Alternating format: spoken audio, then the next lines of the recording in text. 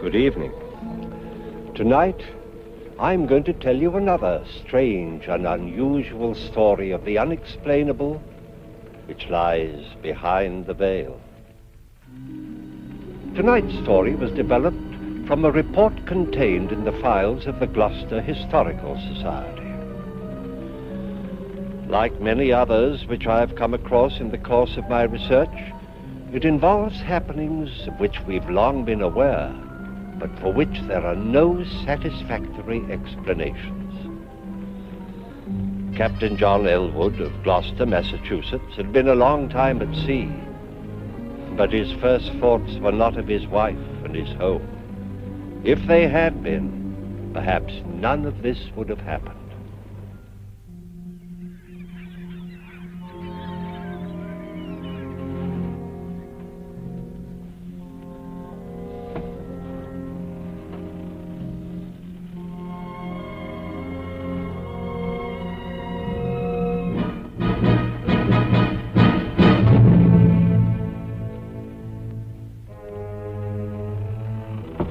Come in.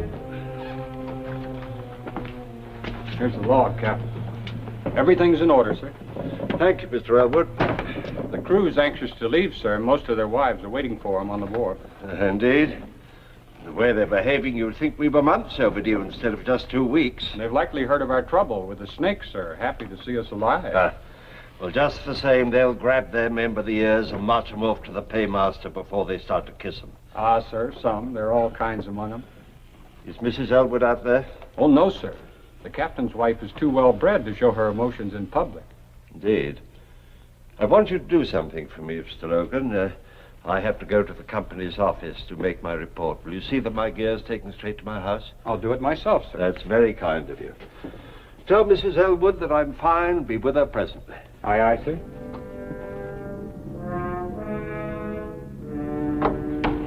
Just put it anywhere here, Mr. Logan. I do appreciate your coming. I was so worried, what with the hurricane and reports of the plague. Oh, it wasn't the plague, ma'am. Oh? Well, just a lot of poisonous snakes that came aboard while we were in Florida. There was talk that some of the men died. Aye, 2 seamen. 3 others were bitten, but we saved them. It must have been a terrible experience. We were finding snakes, ma'am, all over the ship 2 weeks after leaving the wharf. Did the captain say how long he'd be? No, ma'am. Just said to tell you that he'd be along presently. Well, best be getting his dinner. Yes, ma'am. Thank you kindly, Mr. Logan. You're welcome, ma'am.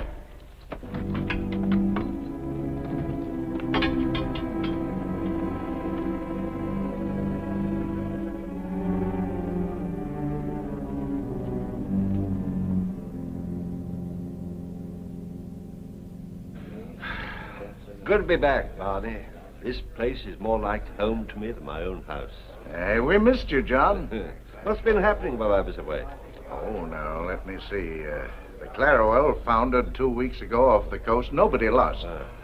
The packet from England was late again, as usual. I think that's about all. Things have been fairly quiet. Say, how about those snakes, John?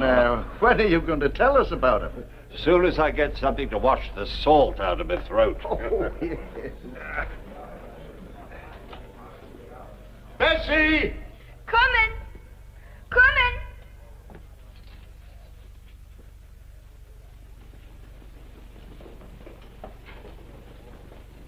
And all of a sudden, there they were, slithering up the lines and the gangplanks like so many fiends of hell. There's hundreds of them, somebody yelled. See that they pay their passage before they come aboard, I said. Hi there, my pretty. You're the one I've missed the most since I went away. You ought to be ashamed, taking such liberties, and you a married man. Well, if I weren't married, would you still object? Ask me no questions, and I'll tell you no lie.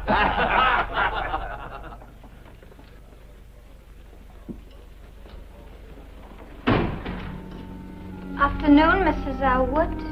Good afternoon. I'd like a bottle of that Spanish wine that Captain Elwood favors. I think he'd enjoy it with his dinner. Be supper, more likely, ma'am. Club's having dinner in his honor. But I'll get it for you.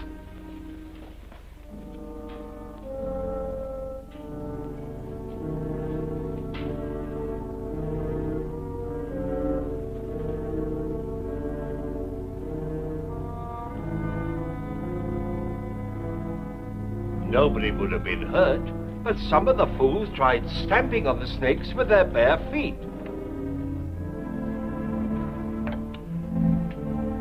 Excuse me, gentlemen.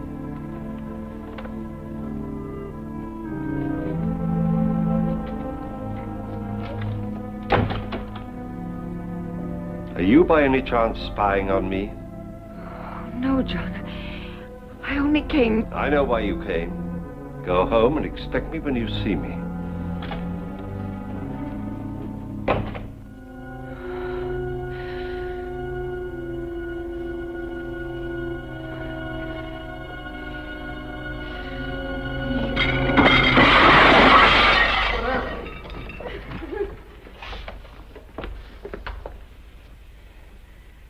You may charge the spoilage to me, Captain Barney.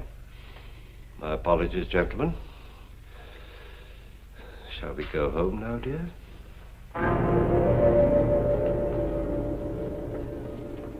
You humiliate me in front of my friends. You spy on me. I'll never do it again. But I wasn't spying, I swear it. I only wanted to get a bottle of wine for your dinner. And the table. Was that part of your affection?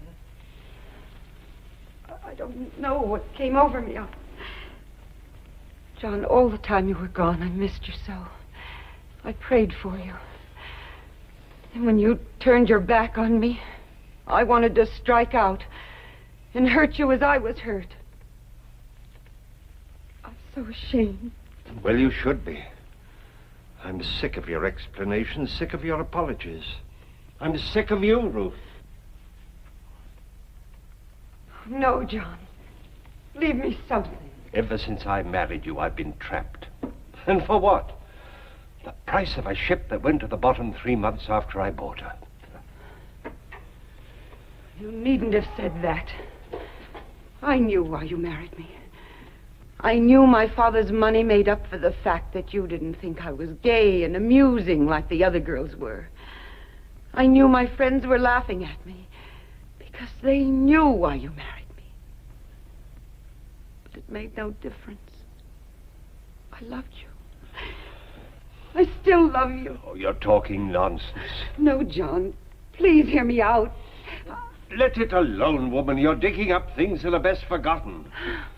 No, I couldn't bear it if it were only the money. There had to be something else. John, maybe it's not too late. Maybe we could start all over. Oh, Ruth. John, I'm drying up into a bitter old woman. Help me. Please.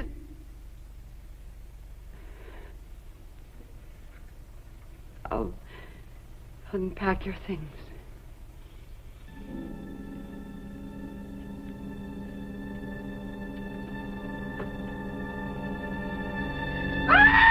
What's the matter? A snake! It ain't get me! What?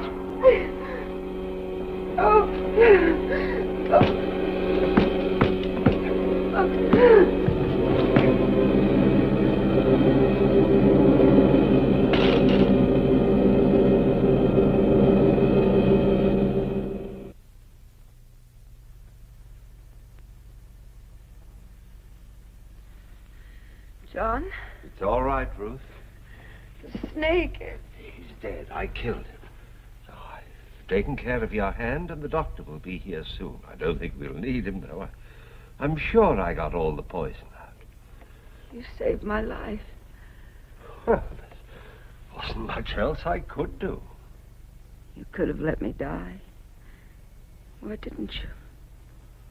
Don't be foolish. But you could have. And if you had, you'd be free. No more arguments. No more trouble. You could do as you pleased. But you didn't. You saved my life. Oh, John, maybe we can start all over. Maybe. Try to get some rest, Ruth. I'll get you something warm to drink.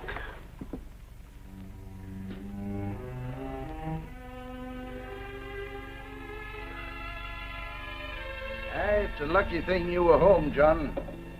Snake bite's a terrible way to die. Well, she's much better now, and the doctor says with a little rest she'll be just as good as new.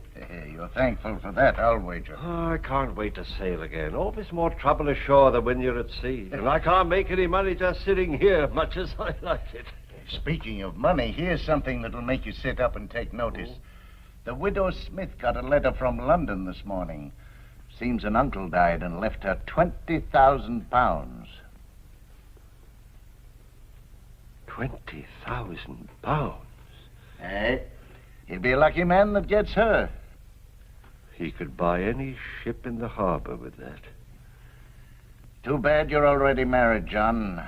You know, I always had a sneaking suspicion that she was partial to you. Well, drink up and let's have another one on the house. Hey, you're not still thinking of that money, are you? Oh. It won't do you any good. You got one wife too many. Come on, have another drink. Oh, thank you, Barney. I don't think I will. I'm going to get back to Ruth.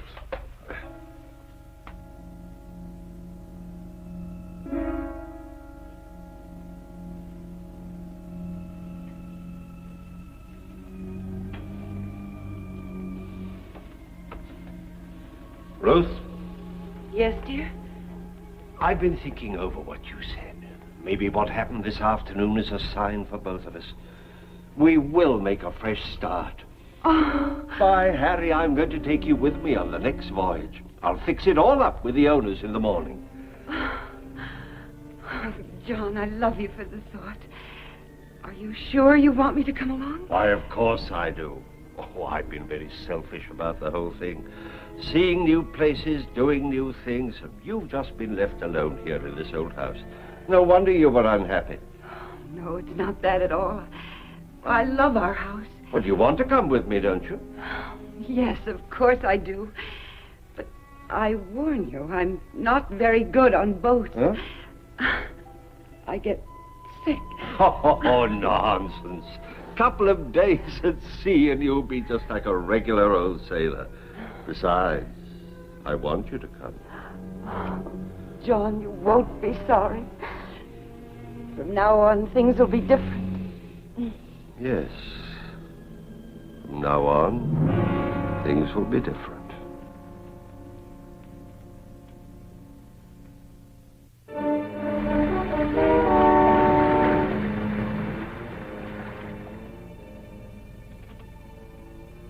Have the carpenter repair the after-deck ladder before somebody breaks his neck.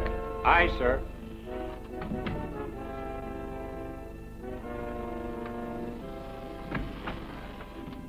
How are you feeling, Ruth? I'm much better, John. Good. I'm better. Good. The cook's made you some more of his specialty. Another calm day like this and you'll be completely well. I didn't mean to be such a burden to you, John.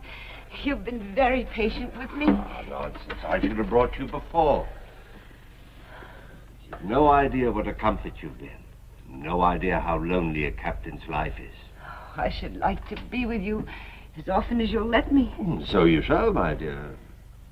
Don't let your tea get cold. You know, I dozed for a while and I had the strangest dream. Oh, I hope it was a good one. Yes. I dreamt this was our old ship. And instead of cotton, there was money in the hold. Well, I couldn't improve on that myself. We were so happy in the days when we had money, John. I find I'm thinking of them more and more since we left home. But when I'm well, things will be different, John. You'll see. Yes. Yours. You're not very well. You'd better come and lie down and get some rest. I didn't mean to get sick, John. All right.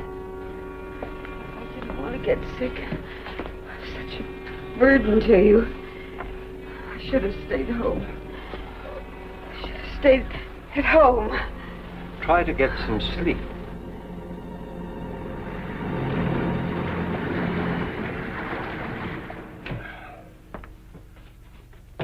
You asked me to see you after my watch, sir. Yes, I did, Mr. Logan.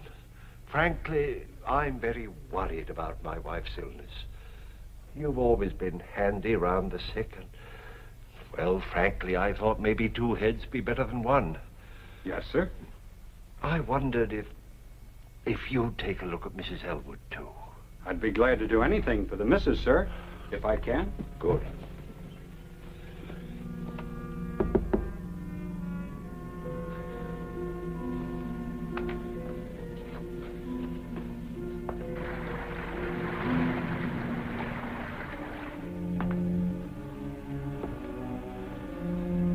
First, I thought it was cholera. No, sir. It's like nothing I've ever seen.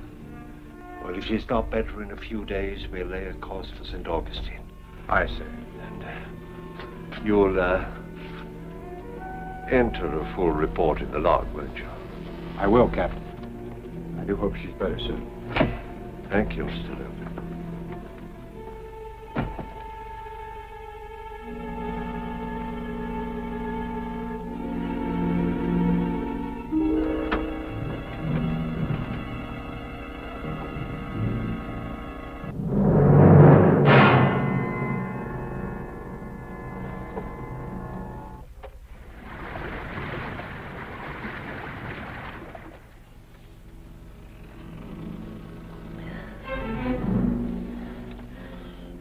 Are we to St. Augustine, John?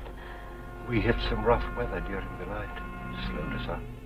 Rough weather? I didn't even feel it. You were unconscious, I'm afraid.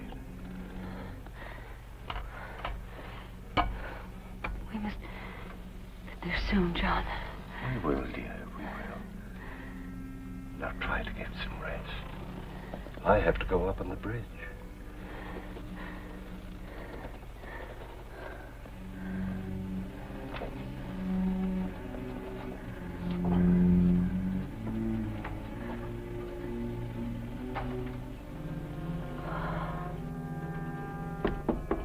Captain Elwood.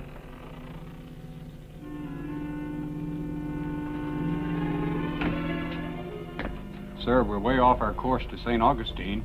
If we don't turn now, we'll... I'm well aware of our position, Mr. Logan. My order stands. We stay on course for Jamaica. But I looked at Mrs. Elwood yesterday, sir. She won't last that long. My wife and this ship are my responsibilities. She'll be alive when we get to Jamaica, I warrant. As you say, sir.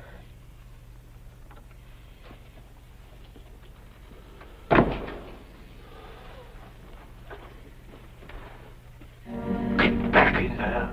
Liar. You want me dead. Mr. Logan. Mr. Logan. You had enough poison to kill two people. You might as well know it now. I wanted you dead, and now you will be. You're an evil man, John Elwood. And you'll be repaid with evil. You... Oh.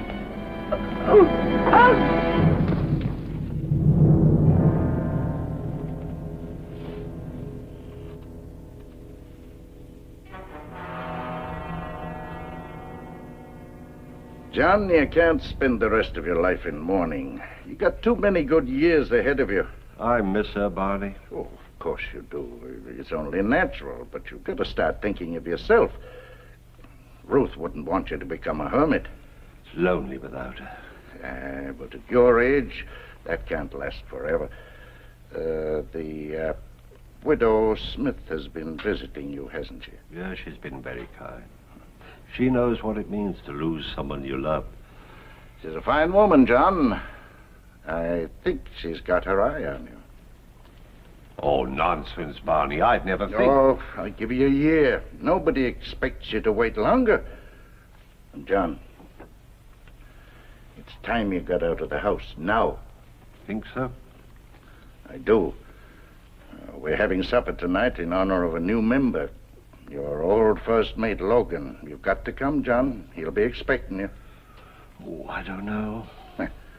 I'm giving you orders. Now stop acting like a lost puppy.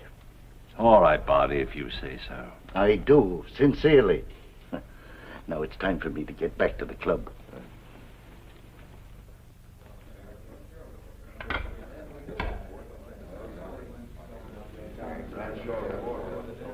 Why, Captain Logan, congratulations and welcome to the club.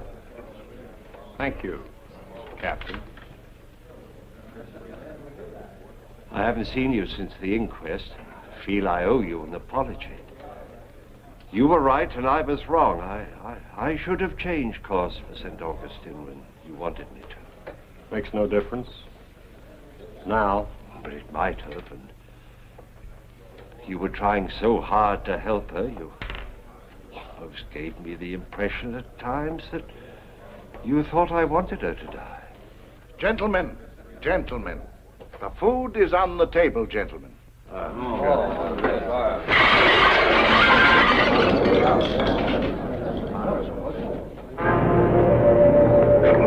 wench! I didn't do it, sir. I didn't. You're the only one in this room? I didn't touch it, sir. I swear I didn't touch it. Look. It's exactly the same as when Mrs. Elwood did it. 'Twas a ghost, sir. 'Twas a ghost that did it, sir. Stop that nonsense! 1,000 pardons, Captain. Give us 10 minutes, and in the meantime, the drinks are on the house.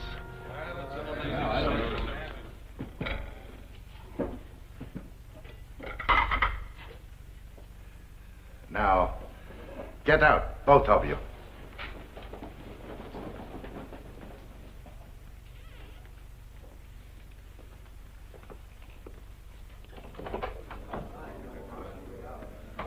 You may come in now, gentlemen.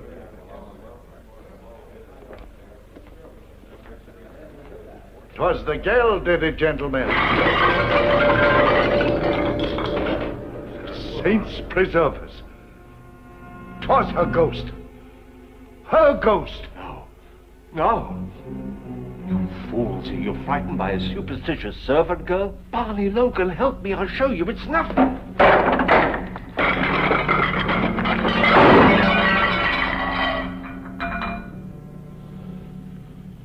You're behind this, Logan. You're trying to trick me. Trick you into what, Captain? You think I killed her. You're trying to trick me into saying that I did. No, I didn't. I swear I didn't. I swear I didn't. Captain Elwood, I think you'd better leave.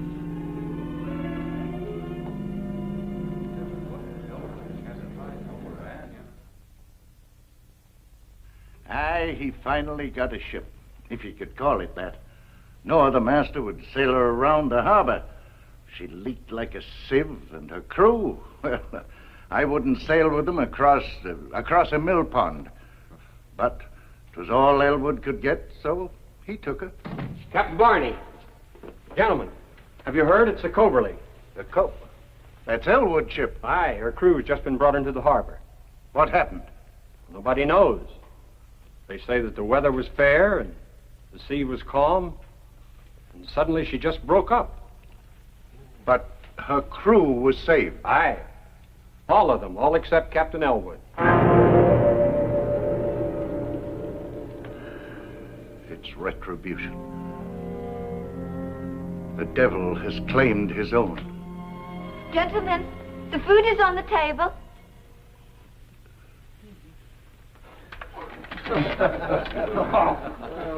Again. There it goes.